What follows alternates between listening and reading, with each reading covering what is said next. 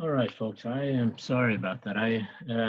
Again, connectivity issues, the video, the recording cut out on the last one. So I had to figure that out before we get started again. So I apologize for that. Let's go ahead then and let's pick up where we left off with. We were talking about the reaction, the problem involving the theoretical yield for in the reaction between hydrogen and ethene to form ethane.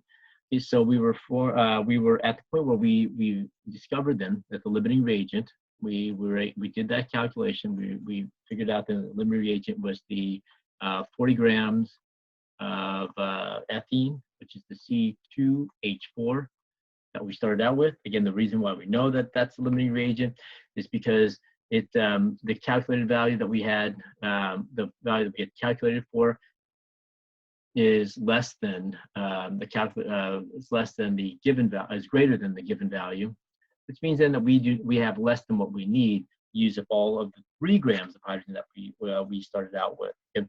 And so just keep in mind then, the mass that we start out with does not necessarily correspond to the limiting or excess reagent. Here, we have 40 grams of ethene and only 3 grams of hydrogen. And yet it's the 3 grams of hydrogen that is the excess, and the 40 grams of ethene that is the limiting reagent. Okay? So make sure you keep that in mind. All right, so go ahead then. We're going to do our last, and so the theoretical yield calculation, and this is the calculation that we will do to determine how much product will form. Okay, so the theoretical yield calculation will involve this 40 grams of C2H4, and we are trying to find the equivalent amount. So this is a conversion of ethane, which is C2H6. Okay, and so we're going to find the mass there. Okay, so 3 conversion factors that we're going to use here in order to calculate for the amount of ethane that forms. First one is we'll divide by the molar mass of ethene, which is C2H4, and we have 28 grams of C2H4, a 1-to-1, and again, please refer back to the previous video, 1 mole of C2H6, or number 13 in your problem set.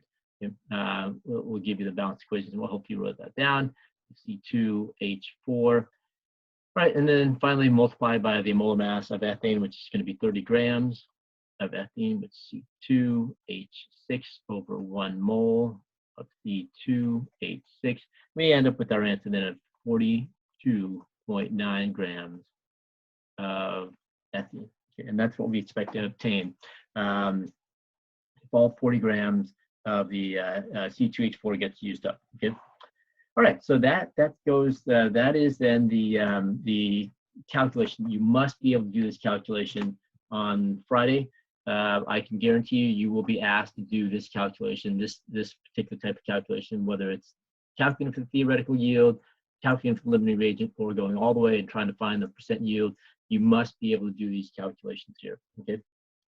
All right, very good. With that said, then let's move on and let's take a look at where we will continue on with this next chapter. Okay?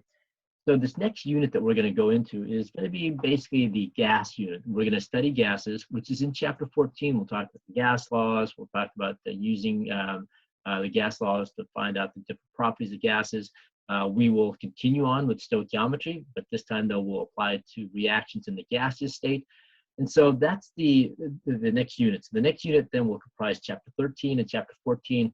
In chapter 13 here, what we will be looking at then is we're going to take a look at the different states of matter as a way that we can segue into our discussion of gases. Okay? And so just as a quick, so we will focus in on the gas versus the gases first, and then we'll focus in on the liquids, and then we'll talk about solids towards the end. But we're going to focus on all 3 physical states here with a focus primarily on the gases and discussion of the gases, because that'll allow us to continue on to chapter 14. But I think everyone remembers here then, when we talked about the different states of matter back in chapter 2, that the different states have different properties to them. They have different, they behave differently, they have different physical properties, and their differences boil down all the way, we can trace those differences down to the particular level, how the particles, the atoms, and the molecules behave, and their interactions that allow us to account then for the different properties of these three states of matter that we can observe. Okay? And so we'll talk about the interactions. We talked about how the interactions of these particles then accounts for certain properties as well. And so we're going to focus on that. We'll talk about that. We'll talk about the process by which these states change from one state to another. We'll discuss that as well. And then we'll see then how heat plays a key factor in this, and how heat and energy in general is going to play a key role in these changes. Now, as we move forward, I think what you want to keep in mind then is that energy is going to be a key part of our discussion here. So let's make sure you keep that in mind. And so what I'd like to do then, it's a little time that I have left here, I'm going to go ahead and I'm going to start talking about this this energy here. And the specific type of energy that we're going to talk about is the energy associated with motion. Now, for those of you who are going to go on and you're going to take physics, the very first semester of physics is going to be the study of motion. Motion is critical to how everything behaves, whether it's on a macroscopic level or a microscopic level, it's critical. And so what we're going to do is we're going to talk about how objects move, the energy associated with that motion, and how that relates then to gases and what we can observe about gases, especially when it comes to pressure, gas pressure. Okay?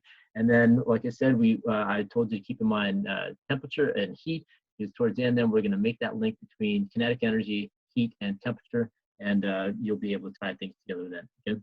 All right, so we know then this.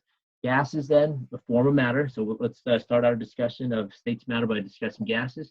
Gases are a state of matter in which we have then the particles, they're very far apart.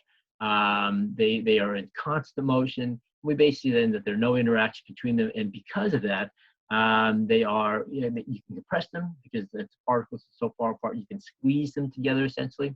Also, these particles, since they're always in motion, they have no interactions, then we say that they have no shape and no volume of their own. They basically take the shape and the volume of the container in which they are held. Okay?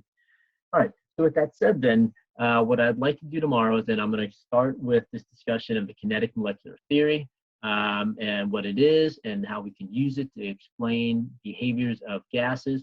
What I'm going to do then, I'm going to assign one last problem for you to do that'll help you to review the calculations you'll have to do for the exam on Friday.